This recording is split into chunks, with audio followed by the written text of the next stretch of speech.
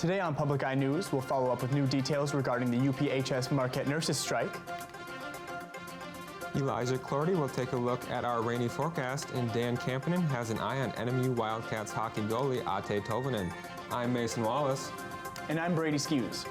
Welcome to Public Eye News.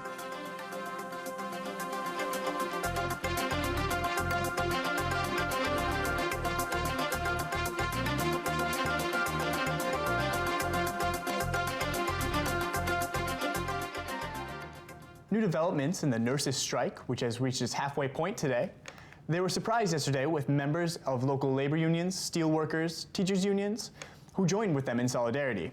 Local business owners and community members have been showing their own support, whether it be their time, dropping off food, or honking their horns and cheering as they pass by. Scabs, or temporary nurses, were escorted into UPHS Marquette early this morning. The strike is set to end tomorrow morning at 6:59 a.m. A popular family event has been canceled due to inclement weather conditions. Baraga Avenue Harvest Fest, which has been scheduled for this weekend on Saturday, has a majority of its activity outside. Due to the forecast of rain and wind, they've decided to cancel the event. The Upper Peninsula Children's Museum's annual Paint Baraga Avenue Chalk Painting Contest will still happen, but will be moved to the Westwood Mall from 1 to 6 p.m. There is no admission to enter the contest, and supplies will be available there. The Trailhead Holistic Health Collective was welcomed to the Marquette healthcare community at their office on West Baraga. Multiple practitioners share offices and provide services from Tai Chi to yoga, as well as clinical body working and acupuncture. Marquette Acupuncture and Body Works Mark Wenrick said, quote, "Holistic Health Collective is just basically the environment that allows us as practitioners to specialize in very challenging areas of healthcare," end quote. The goal of holistic medicine is to utilize the body's ability to heal through several methods. And a spokesperson from the University of Michigan Mott Children's Hospital in Ann Arbor says the 13-year-old injured at a bus stop is in stable condition. The accident occurred at 7:25 a.m. in Wells Township when an eastbound vehicle struck a vehicle waiting for a Hannibal school bus to load a student. The vehicle then in turn went off the road, striking the boy waiting for the bus. The boy was airlifted to UP Health System Marquette and later to the University of Michigan Mott Children's Hospital in Ann Arbor. The second annual Women's Health Day will take place this weekend at the UP Rehab Services office in Kingsford. This year the event will have a diverse array of speakers, vendors, demonstrations, food, and prizes. About the event, Sarah Gunville, who is a physical therapist for UP Rehab Services, said, quote, "Women are often the caregivers in the health cycle, and this event is a time for them to really reflect on themselves and what's unique about their health, rather than always worrying about everyone else," end quote. You can catch the event this Saturday, beginning at 9 a.m. Yesterday morning, city and state officials met in Marquette to assess road conditions across Michigan. The Fall Transportation Conference had local and regional road experts from MDOT, Michigan Works, and others meet at the Holiday Inn to discuss the current conditions of the roads. In short, it was determined our roads are not in good shape due to many years of underfunding in Michigan. On a positive note, some of the local construction projects that have been happening this year were a direct result of those conferences, looking to improve the qualities of roads in Marquette. And after this break, we'll be back with your national and international news. Stay tuned.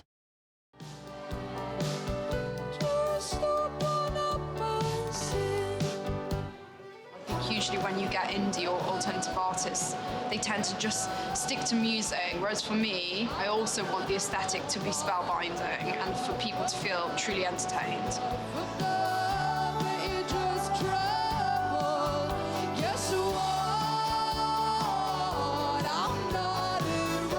Saturday at midnight on Public TV 13. Welcome back. President Donald Trump is now allowing employers to opt out of providing no-cost birth control to women for religious and moral objections. These new rules are yet another step in rolling back the Obama health care law. This new policy was a long-anticipated revision of the Affordable Care Act that requires companies to cover birth control for women at no cost. Most companies, however, have no issues offering birth control through their health plans. And police in Las Vegas are still trying to figure out why a 64-year-old man with no history of violence opened fire on a country music festival. And while the investigation moves forward, people are finding ways to honor the victims. Mola Lengi has the latest from Las Vegas. 58 white crosses now line the Las Vegas Strip. a tribute to the concert-goers killed during Stephen Paddock's deadly rampage.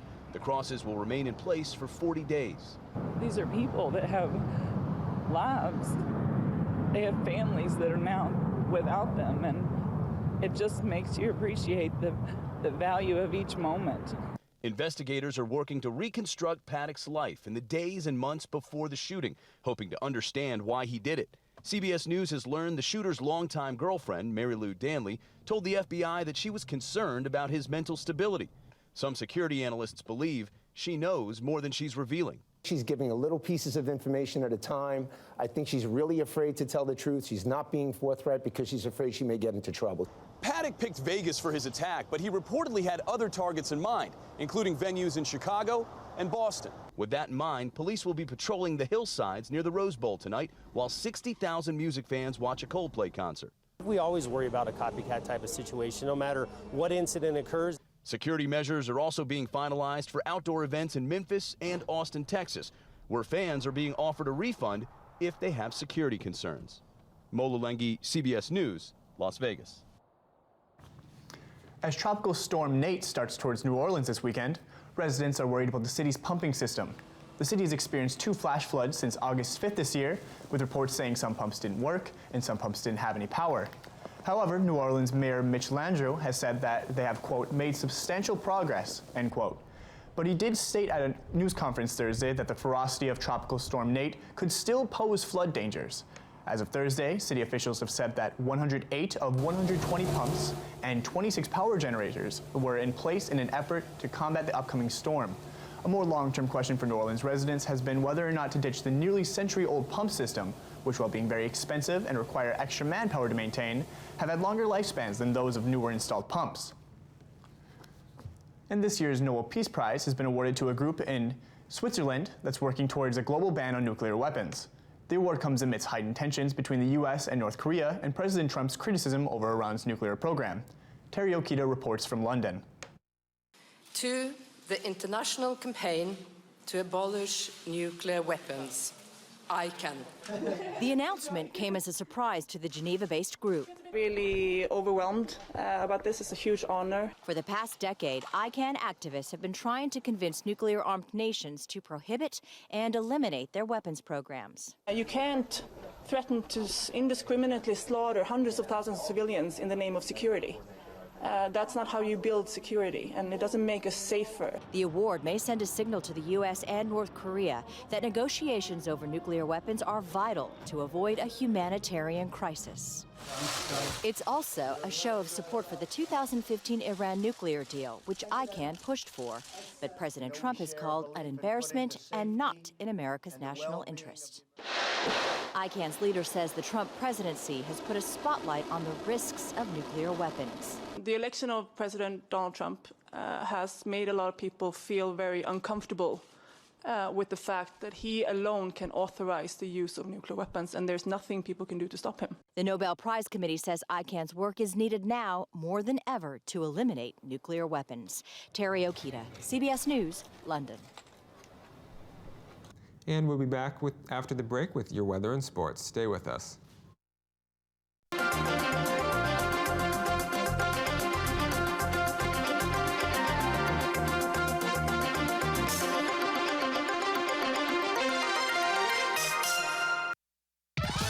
PBS presents the 30th Hispanic Heritage Awards, celebrating Latino achievements in leadership, education, and the arts. Featuring appearances by Gael Garcia Bernal, Rudy Becerra, Alba Colon, Luis Fonsi, and many more. Hosted by Frankie Alvarez and Alicia Sanz. Come join the celebration at the 30th Hispanic Heritage Awards. Friday at 10 after great performances on Public TV 13. Welcome back. I'm Elijah Clordy. It's looking pretty good outside. It's a lot like fall. Pretty sunny outside, and we'll take a look at our current conditions. It is sunny with a temperature of 60 degrees and winds east at 7 miles an hour with a barometric pressure of 30.01 and falling. Tonight, it's looking a little bit rainy later on with a low of 52 and winds south-southwest at 13 miles an hour. Tomorrow, still rainy with a high of 65, winds south-southwest at 13 miles an hour. Taking a look across the UP now, it's pretty sunny for the most part, but a couple clouds here and there. 60 degrees over in the Sioux, 63 degrees in Manistee, Escanaba, and Menominee at 62 degrees. Taking a look at the western half, 62 degrees in Iron Mountain and 59 in Ironwood, and up in the Keweenaw 62, and taking it back to our hometown of Marquette, Michigan, 60 degrees and sunny. Looking ahead, Sunday we are looking at a high of 71 degrees with a low of 49 and sunny. Monday will be a high of 62 degrees, a low of 44 and mostly sunny. And Tuesday, a high of 55, a low of 41 and partly cloudy. Well, we're starting off the week great, and I hear Marquette's looking forward to the first NMU hockey home game. Yeah, they are, and I'm looking forward to seeing what Ate Tolvanen, our junior goaltender, can do this year. And speaking of junior goalie Ate Tolvanen, he was named as one of 20 collegiate goaltenders that have been placed on the Mike Richter Award watch list. This award is in its 5th year and honors the most outstanding goaltender in college hockey. Tolvanen made the WCHA second team last year and was selected preseason as an all-WCHA second team pick. Last year, Tolvanen was named NCAA First Star of the Week and WCHA Defensive Player of the Week in consecutive weeks, en route to being the WCHA Player of the Month in February. The winner of the Mike Richter Award will be announced at the 2018 Frozen Four in St. Paul, Minnesota. Detroit Pistons coach Stan Van Gundy believes that the solution to discourage the worst NBA teams from tanking their season is to wipe out the NBA draft. He said, quote, "I'd get rid of it. Just get rid of the draft altogether. We'd just deal with all the salary cap, make all the rookies free agents coming in, and if I want to give a guy $50 million a year, good, but I got to do it under the cap," end quote. Van Gundy's comments followed Thursday's Board of Governors vote that reworked the lottery odds each team gets. Starting with the 2019 draft, the top 3 teams will each have a 14% odds of landing the number 1 pick. Also, 4 teams will be drawn in the lottery, meaning the team with the worst record in the season before could fall as low as 5th in the draft order. The Pistons were one of 28 teams that approved the lottery reform measure. And lastly, tonight we have plenty of playoff baseball on our hands. First at 5:08 tonight, we have the Yankees taking on the Indians, and the Indians are currently leading this series 1-0 off of a strong first outing by ace Trevor Bauer and the heavy bat of Jay Bruce. The final score of that first game was 4-0, and the Yanks certainly would like to earn a win tonight in Cleveland before going back to the Bronx. Also tonight, we'll have the Dodgers taking on the Arizona Diamondbacks in Game 1 of their NLDS series. No team has lost less this season than the Dodgers, but the D-backs are up to the challenge. They'll have a tough night ahead of them as Dodgers ace Clayton Kershaw will take them out opposite from Taijuan Walker. Luis Avilan of the Dodgers was still listed as day-to-day. Well, I'll say, Mason, the baseball season is pretty long, but it's finally coming to an end here. And I hear a dog got a pretty good end to his award season. Yeah, he definitely possesses an interesting title. In South Dakota, a St. Bernard has set quite a slobbery record. Mochi holds the Guinness World Records title for having the longest tongue on a dog, measuring at 7.31 inches. Mochi's owner, Carla Rickett, says her dog is happy, but also has some breathing problems due to the length of the tongue. And a New Jersey state trooper had to literally tell a cow to move it. Sergeant First Class Jeff Flynn came across a traffic jam on Route 29 in Stockton. The cow looked at the trooper and continued along on his merry way. The owner then came and managed to get the cow back onto the farm. That would be quite a scene to see the cow on the freeway.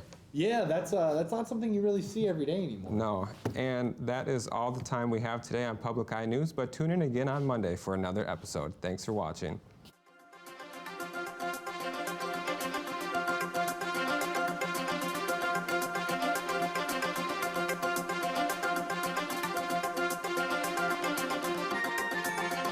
The preceding program was produced in studios located in the Edgar L. Hardin Learning Resources Center.